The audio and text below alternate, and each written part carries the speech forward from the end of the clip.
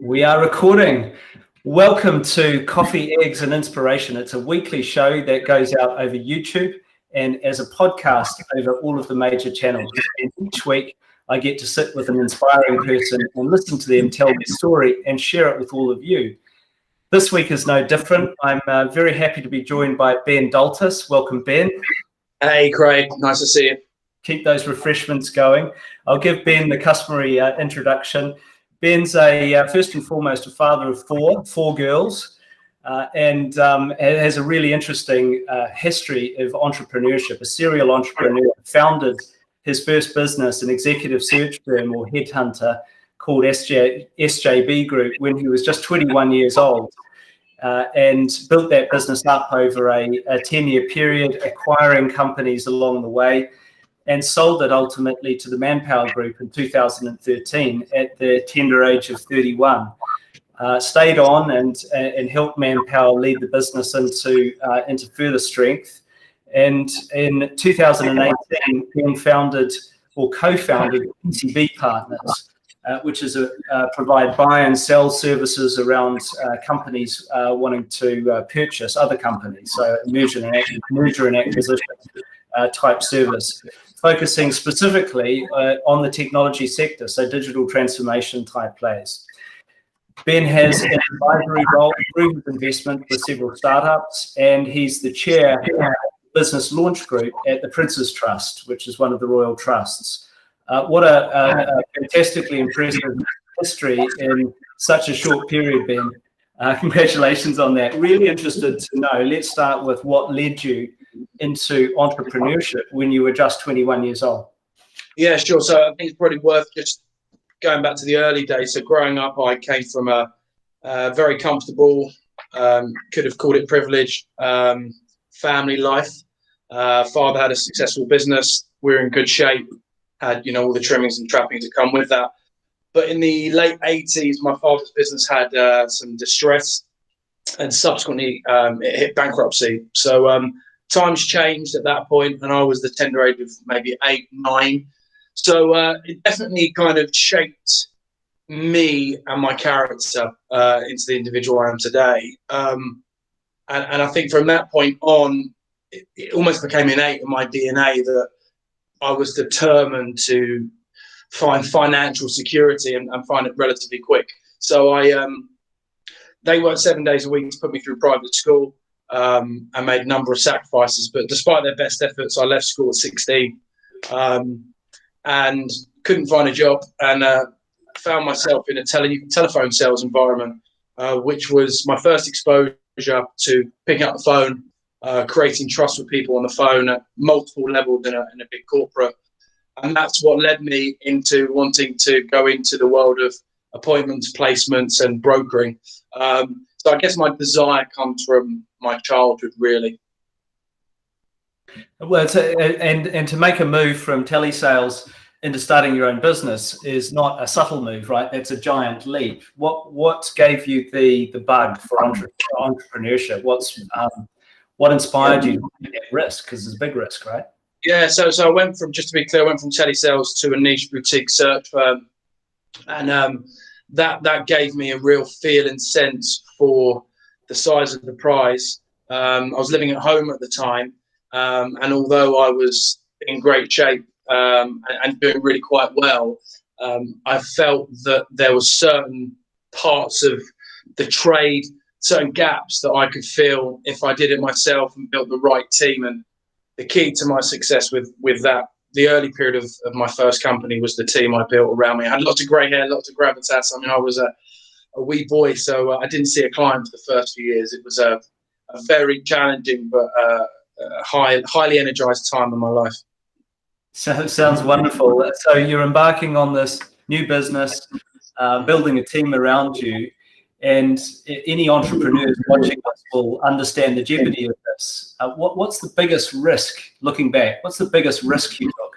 Yeah, I think, so if we fast forward to 2010, so 7 years post inception, I acquired a healthcare business from as was Atos origin, Atos today. And that was a very left field move looking back. You know, I couldn't spell medical. You know, we were technology, digital transformation, management consulting. And that kind of doubles the size of our business. That was about 45, 50 FTEs. And we had a really tough time the first 6 months with the integration, hearts and minds with the people that we inherited. So for me, that kept me up at night for a long time. It was a big check I had to write out personally.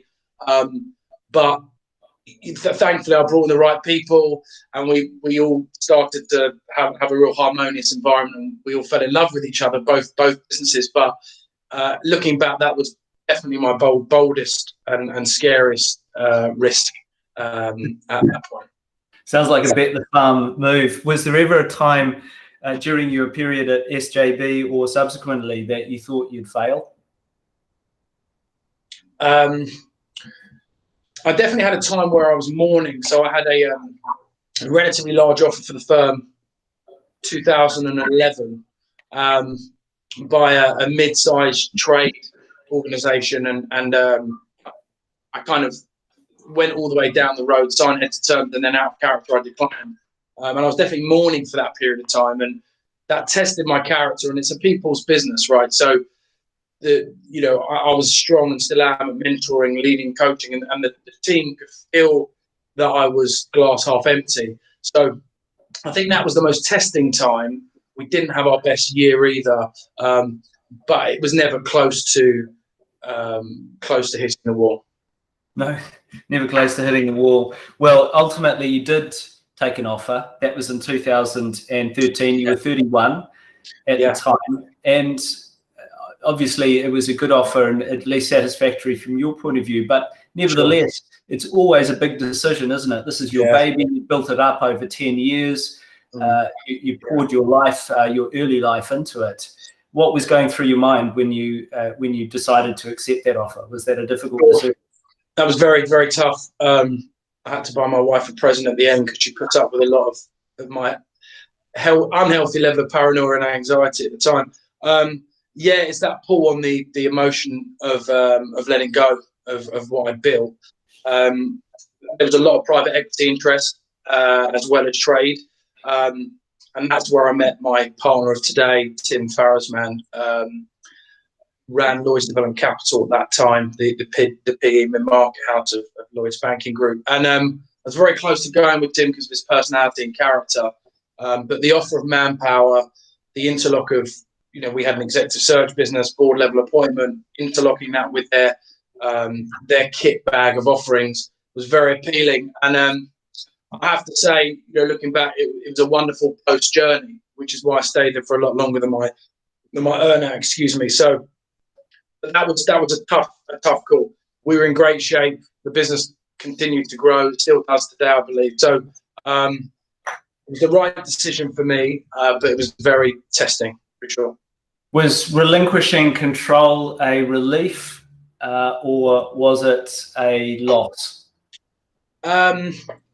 Sorry, was it a relief or not? Or something you grieved for, something you really missed after? So during my earnout period, it still very much felt like mine, and they empowered me and they gave me a seat on their board in the UK. So I kind of ran it as I always did. But post the earnout, I think I felt slightly lost. When you've run your own business for that period of time, and although they were great, they left it independent. The brand image stayed. It still stayed. Still is there today. Underlying it wasn't mine. So that was. I wasn't depressed, but I definitely was trying to find my purpose in 2016, 17. And that purpose obviously came along in 2018 as the co-founder of PCB Partners, and I think with the same gentleman that you came across earlier, right?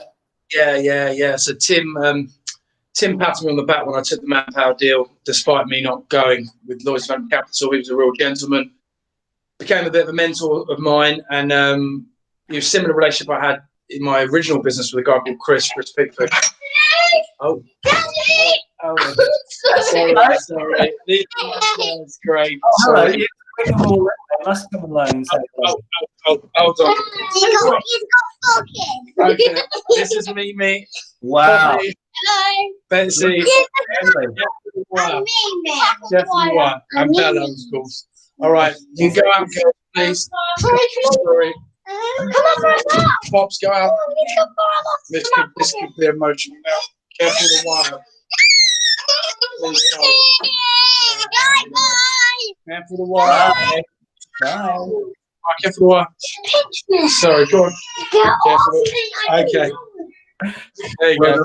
I tell you, that's staying in. That's not getting edited out, Ben. That's the beauty and wonderful thing about YouTube and the rawness and reality, being a family guy as well as It's this time, right? It's the time. This is the time they're off school, right, and desperate, craving for their daddy, but and their mummy. But I'm saying they distracted me. We were at the point of talk about Tim and you finally. yeah.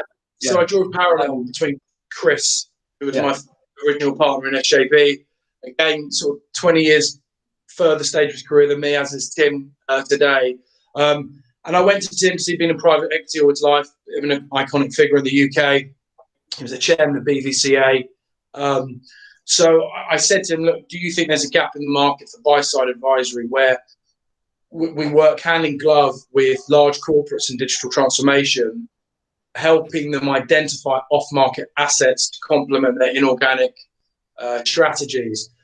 And he thought it was a great idea because typically, corporate finance investment banks will bring assets to these companies, but we wanted to bring a different feel to that world, playing on my background and my empathy and Tim's experience in private equity. So yeah, Tim and I set it up beginning of 18, and yeah, we're two and a half years in now.